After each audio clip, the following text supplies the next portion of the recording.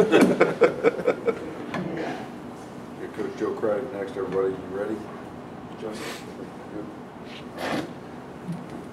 Coach, can you talk about how balanced you guys were on Saturday? It seemed like you guys really stuck with the run and the pass. Yeah, we had a really good, just a really good feel for what Tulane was doing. I know I say this a lot, and the kids actually made fun of me Saturday morning for saying it, but I said, guys, I held up the game plan sheet and said, this is a great plan. I mean, this is one of the best ones of the year. And they all kind of giggled, because I say that a lot, but I just told them Saturday before the game, I said, hey, if we'll just execute this plan, we'll be fine. Tulane ran a lot of man coverage, and in years past, I felt like we didn't have a lot of good man answers, and I knew we had a lot of good man answers this year. And so I just felt really, really good about the plan and just emphasized that to them on Saturday morning. And obviously, we went out there and executed unbelievable. We had guys making plays. We had guys making people miss. We had guys winning one-on-one battles, and that was good to see. But it was just very good execution on our players' part. Our coaches did a really good job. My staff did a really good job of putting together a good plan, and those guys went out and executed it on Saturday. About 2/3 of your offense, your offensive yards, and all of your offensive touchdowns came on the ground. Are you okay with that ratio, or would you rather be closer to 50-50? The only ratio I'm worried about is the W. As long as we get the W, I don't care how we do it. And that's another thing I stress to our guys all the time is our job is to have one more point than they got. And but I was very, very proud to see what we were able to do on the ground. Anytime you can run the football and take that off your quarterback, just having to throw it every down is really good. And that's why we continue to try to just establish a good run game every game we've played in. We've tried to establish a good run game early in the game. How was the pace? You talked about that before, and sometimes when you have 3 and outs, it affects how quickly you can operate. Right after the first 3 series, we open up the game with a really good play, 9 yards, and then we take a shot to Corlin, trying to get him involved early, and then we actually have a play called that later in the game was the same play that Matt ran for 60 yards and almost scored. Should have scored. He said he slowed down. I don't know if the guy called him, but it was the same exact play on 3rd and 1. It was the same exact one, and so we just didn't. That was one play where we did not execute, and then we got backed up on the 1-yard line and tried to get it out of there. They just kind of had us right there, and really. I credit this win as a big team win. I mean, as the offense kind of puttered, first 2 drives, we were able to get a little bit of momentum from a block kick and an unbelievable job by Coach Riley and the special team staff and Coach Gunn getting a great play right there and getting us going. Once that happened, I felt like our offense had a little confidence, and we were able to go score 2 drives in a row, I believe, after that. But yeah, I really do think it was a really good team win. Offense played good, defense played good, special teams played good, and that's kind of really the only time all year that's happened. How did the offensive line grade out? They did really, really well. Yeah. Obviously when you run the ball for 325 yards or whatever it was, those guys did a really good job. Still some errors up front. Again, like the 3rd down, the very first 3rd down. Man, it was going to go a long ways, but they did a really good job again this week. What led to Chauncey Briggs going to guard, and is that a move you're going to stay with? We're going to see how they practice. Braylon missed a day of practice last week, and Chauncey was in there and did a good job. And it's just something, if you don't practice, you're not going to play. It's just what we got to do. Next guy's got to get next guy up kind of mentality. And Braylon was a little banged up after the last game. Wasn't able to practice a couple of days, and so we just went with Chauncey. Has he ever played guard before? What did you think of his performance? No, he's never played guard, but we're really banged up front right now, and just trying to find some guys that can help us with some athleticism. We felt like Chauncey could be that guy. He did good, but just the thing is, when you go from a tackle to a guard spot, again, I don't pretend to know because I didn't play offensive line, but when you go from tackle to guard, there's a lot of small, intricate details of playing that position that are different from tackle. And that's something Coach Fry's talked about a lot. Is it's just a little bit different things that you got to do when you're on the inside, some on the outside out there that he's got to work on if he's going to continue to play guard. But again, we're just trying to fill some holes right now and make sure we got some guys with some that can play up front, with some athleticism. Xavier Jones goes over 100 yards, breaks the freshman rushing touchdown record. What are the biggest improvements you've seen in him since the start of the year, and has he exceeded your expectations at all? Yes, he definitely has. We're really thankful we have him and Braden. But Xavier, he's took his coaching.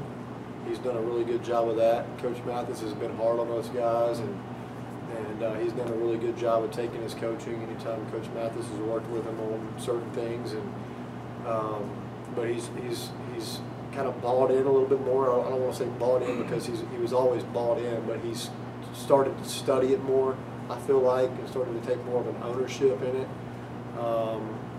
But you just saw him, saw him make plays in the night, and that's his God-given ability.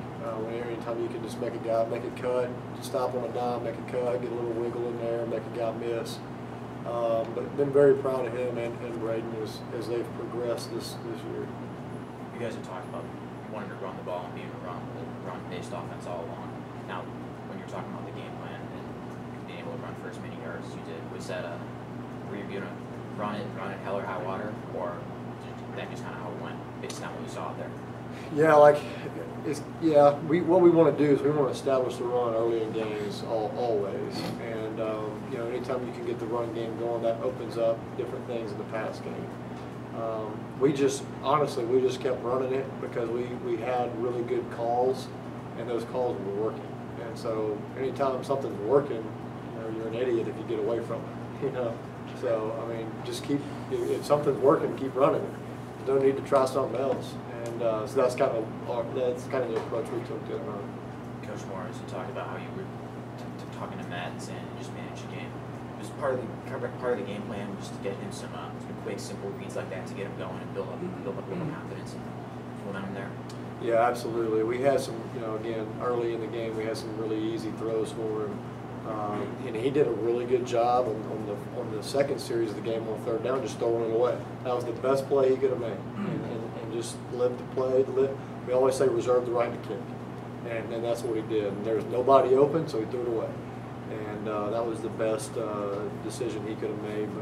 But two, I don't know if I don't know if this had anything to do with it, but I went upstairs this week and just kind of got away from it all and was able to just when Matt came off, just put a headset on and just talk to me, and let's just make sure we're all me and him's on the same page, and what I'm seeing, what he's seeing, and I think that was really good for him, just to kind of go sit down on the bench, put a headset on, not talk to anybody else, just talk to me, and when I was done with him, then he could take his headset off and go talk. But I think that I think that was good for him, just to kind of get away from it just for a second, just put earphones on and just listen. So, Coach Morris was talking about Temple holding Memphis to 12 points. You guys put up 40 on Temple. Is it too narrow-minded to use one opponent as a comparison when getting your team ready? I think sometimes you do that, but this game, man, anybody can win on any given day, in my opinion. And you talk about going on the road. Going on the road's hard. It's hard to go on the road and win.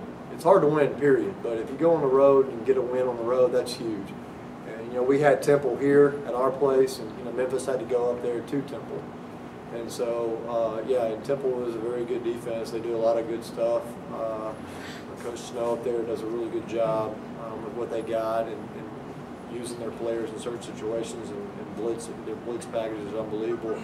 I don't know exactly what Temple did to them on defense. On defense, I don't watch that side of the ball, but was able to catch a little bit of it in the hotel. But I don't. Sometimes you use it, sometimes you don't. But I don't think in this case you're going to use that. This game for us is more about we sent our seniors off on senior night at home with a win. There's one more game to be had, and we got to go up to Memphis and get a win on the road against a team that was ranked as high as 13 in the country this year. It's going to be a big challenge for us, and we got to it's again, but every week's just focused on us. We just got to focus on SMU. Don't let SMU beat SMU. We got to have a good practice today. We had a really bad one last Tuesday, and so we can't have that. We got to practice good today, and our kids have to prepare with a purpose and go get expected to go up to Memphis and get a win. Right, you have to focus on yourselves, but what are the biggest challenges the Temple or the Memphis defense presents for you this week?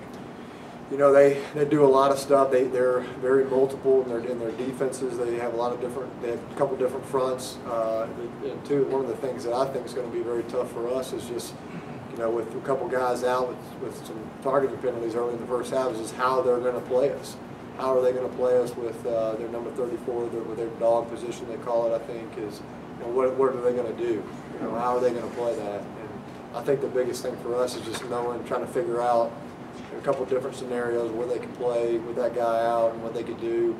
And let's just see what, you know, get to the game and see what they're doing early in the game and then make our adjustments from there. What is their dog? Is he like a fourth defensive lineman, or is he a stand-up linebacker? He's like their stand-up outside linebacker / defensive end, kind of a hybrid. I think our defense calls a Leo. We call him the Jack. I mean, there's a bunch of different names for that, you know, just depending on how you do it. So, you know, you're in what we call an Okie front, you know, with their Jack being their dog linebacker, defensive end kind of guy. So, you know, we're just got to figure out what they're going to do. If they're going to stay in that and use their backup, or they're going to get to a 4-down front. You know, we don't really know. So for the first half. All right, appreciate you guys. Thank you, Coach. Very much.